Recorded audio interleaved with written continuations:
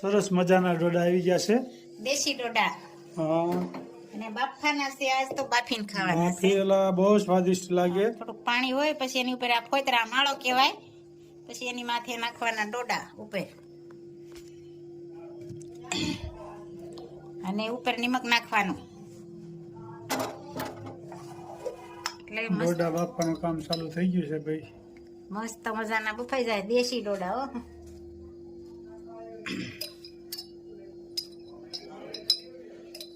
જોઈ શકો છો દેશી ડોડા મસ્ત મજાના.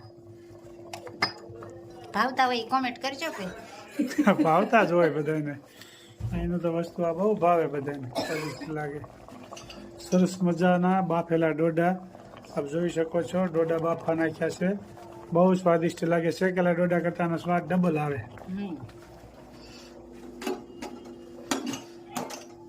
15-20 મિનિટ રહેવા દેવા પડતા હશે ને? હા, 3-4 સીટી કરવાની ધીમે ગેસે. 20-25 મિનિટ રહેવા દેવાના અંદાજિત. મજાના ડોડા તૈયાર થઈ ગયા છે, જોઈ શકો છો. બાફા નાખ્યા હતા, ખૂબ સરસ મજાના એકદમ સ્વાદિષ્ટ ડોડા. આ રીતે બનાવવાના હોય, માળો કહેવાય એને. ખૂબ સ્વાદિષ્ટ. શેકેલા ડોડા કરતા આનો ડબલ સ્વાદ આવે. જય સ્વામી. શું કલર છે? મેથીનું શાક બનાવવાનું છે આજ તો. બાફેલી મેથીનું શાક હમણાં ઘણા ટાઈમથી નથી. હા, મેથીનું હમણાં નથી જોયું શાક. રાય, જીરું, મરચું અને આદુ.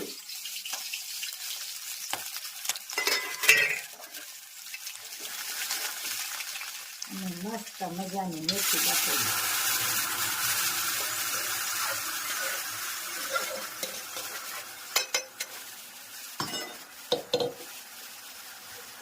સરસ મજાનો વઘાર થઈ ગયો છે.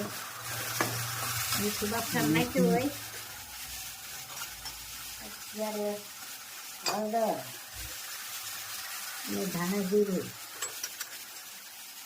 અને ચટણી. સરસ મજાનું ભાઈ મેથીનું શાક બની ગયું છે. એને પણ સારી સારી આવે તો બધામાં ખૂબ ખૂબ આભાર. અને થોડોક ગોળ, એટલે વધારે ખાવું હોય તો થોડોક વધારે નાખવાનો, નહીં તો પછી થોડોક માપે.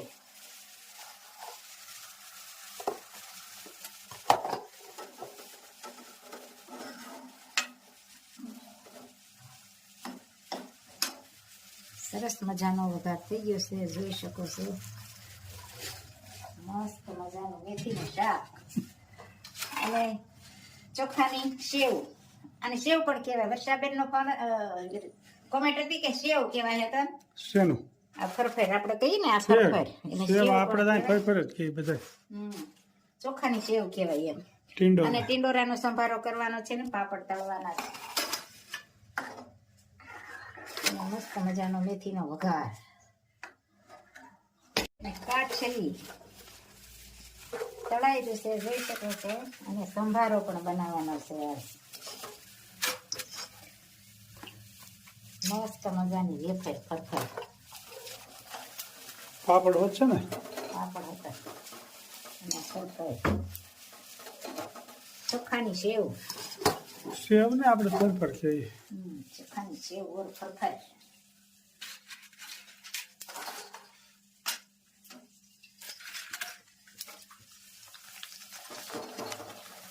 અને અહીંયા શાક ખતન પણ ચડે છે, મેથી કા.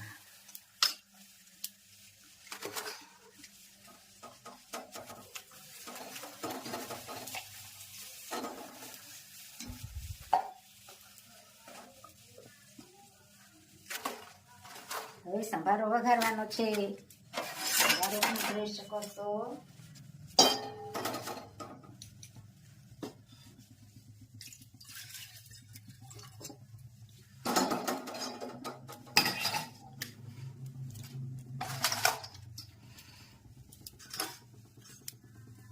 રાઈ, જીરું, मिर्ची, टिंडोरा टिंडोरा का संभारा,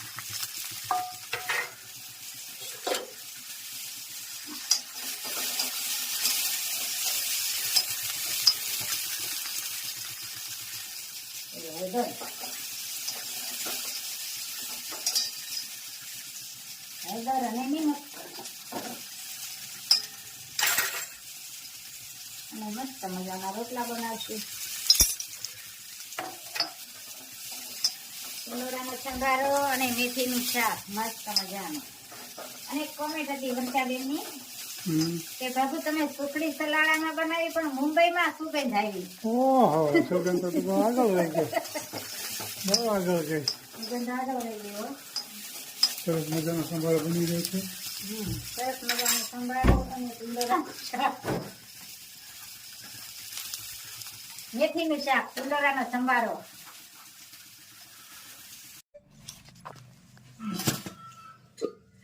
સરસ મજાનું મેથીનું શાક અને ટીંડોરાનો સંભારો, સાથે રોટલા અને જમવા પણ બે ગયા. કેટલી ભાતના અથાણા છે? 4-5 જાતના હોય.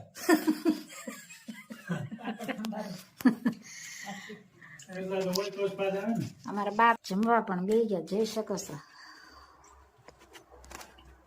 હું તો હાલે સારું છે ને? નહીં, મસ્ત જમવાનું હાલે, બીજું શું હાલે.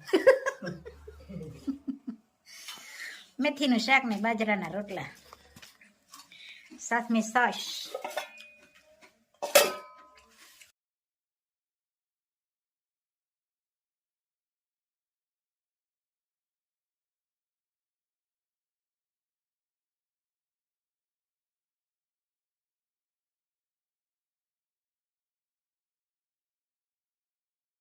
અદરે મોસારે સપનું આવ્યું, રામજી વનવાસ. ગુરુજી મારે જાવું છે રામની પાસ. નાથી ભરતજી શાલિની સરિયા, આવ્યા વન રાવણ મોજાર. ગુરુજી મારે જાવું છે રામની પાસ. અહો ભરતજી તમે ક્યાંથી ને કેને દેખાડું વનવાસ. ગુરુજી મારે જાવું છે રામની પાસ. નાથી ભરતજી શાલિની સરિયા, આવ્યા રાવણ મોજાર. ગુરુજી મારે જાવું છે રામની પાસ. અહો ભરતજી તમે ક્યાંથી ને કેને દેખાડું વનવાસ. ભરતજી તમ ઘેરે જાઓ મારા વીર. માતા કૌશલ્યા બહુ રુદન કરે છે, ધારણ દેજો એને ધીર. ભરતજી તમ ઘેરે જાઓ મારા વીર. આપણા પિતાને પ્રણામ કહેજો, માતાને દેજો આશીર્વાદ. ભરતજી તમ ઘેરે જાઓ મારા વીર. વાંજિયા હોય એને પુત્ર દેજો, પારણીએ દેજો આશીર્વાદ. ભરતજી તમ ઘેરે જાઓ મારા વીર. ભૂખ્યા રે હોય એને ભોજન દેજો, તરસાને દેજો બોળાની. ભરતજી તમ ઘેરે જાઓ મારા વીર. જય સોમનાથ. જય શ્રી. ખૂબ સરસ મજાનું કીર્તન ગાયું મારા ભાઈએ. રામ વનવાસમાં ગયા હતા ત્યારે ભરતજી એની પાછળ ગયા હતા. ત્યારે રામ એને વિનંતી કરે છે કે તમે ઘેરે જાઓ અને પ્રજાનું પાલન પોષણ કરો અને એનું બધાનું ધ્યાન રાખો. મારે વનવાસ પૂરો કરીને જ હું આવે, કારણ કે પિતાની આજ્ઞા પ્રમાણે જ હાલવાનું છે. એવા રામ હતા જે કઈ માતાએ જે વરદાન માગ્યા હતા એ દશરથ રાજા આપ્યા, એ પ્રમાણે જ રામ હાલ્યા હતા. એટલે આપણે માતા પિતાનું કયું કરવું જોઈએ, કારણ કે રામ જેટલું તો કોઈને દુઃખ પડવાનું નથી અને આપણે સહન કરી ગયા એનાથી. રામ કેવા શીલે હાલ્યા હતા ને એવા શીલે આપણે થોડોક હાલવાની કોશિશ કરવી. જય સ્વામિનારાયણ, જય સિયારામ.